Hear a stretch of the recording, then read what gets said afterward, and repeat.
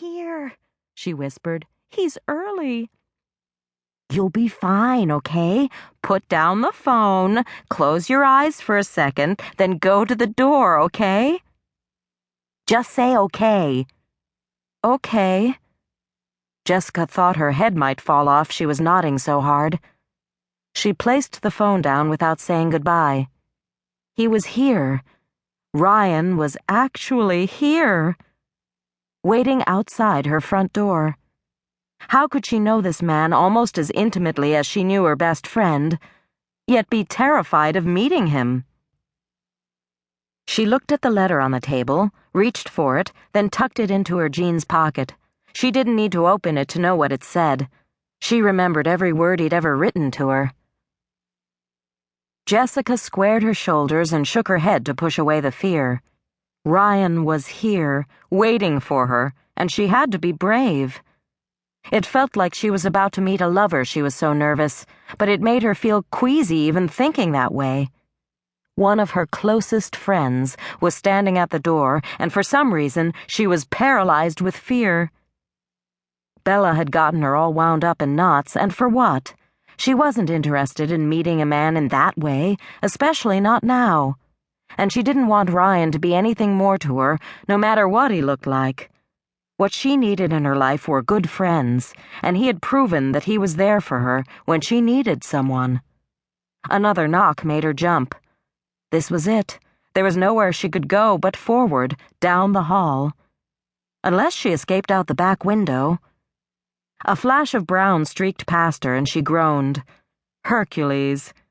She'd put him out back with a bone and hoped he'd stay there, but he must have squeezed through the doggy door when he'd heard the knock. At least he'd be a good distraction. Ryan wondered if it were possible for fingers to sweat.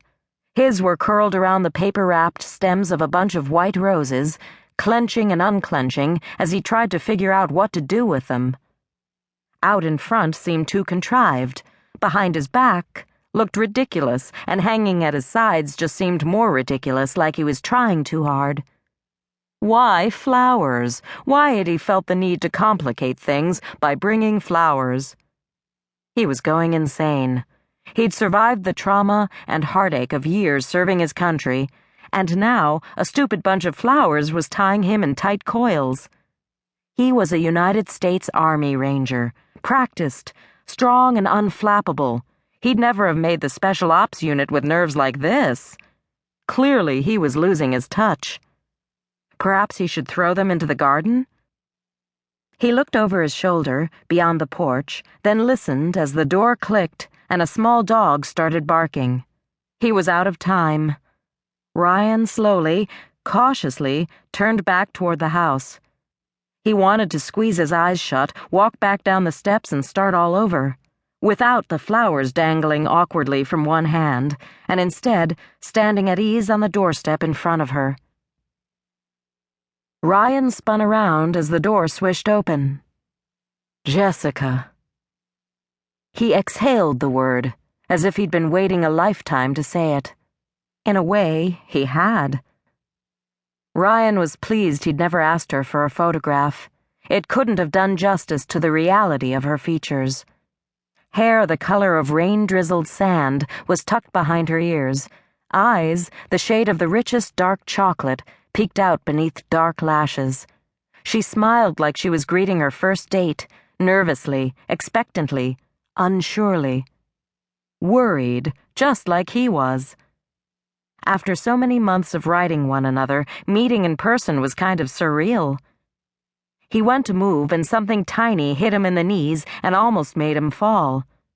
By the time he looked down, a small dog was doing laps around his feet before disappearing back into the house with as much speed as he'd arrived with. Ryan laughed, then looked back to the woman waiting to meet him. Jessica. When he said it this time, it made him smile naturally, rather than feeling like a word-stuck teenager. It's so good to finally meet you. She grinned as he walked toward her, then opened her arms. Ryan. Even the way she said his name did something to his insides, but he pushed past it. He was a soldier.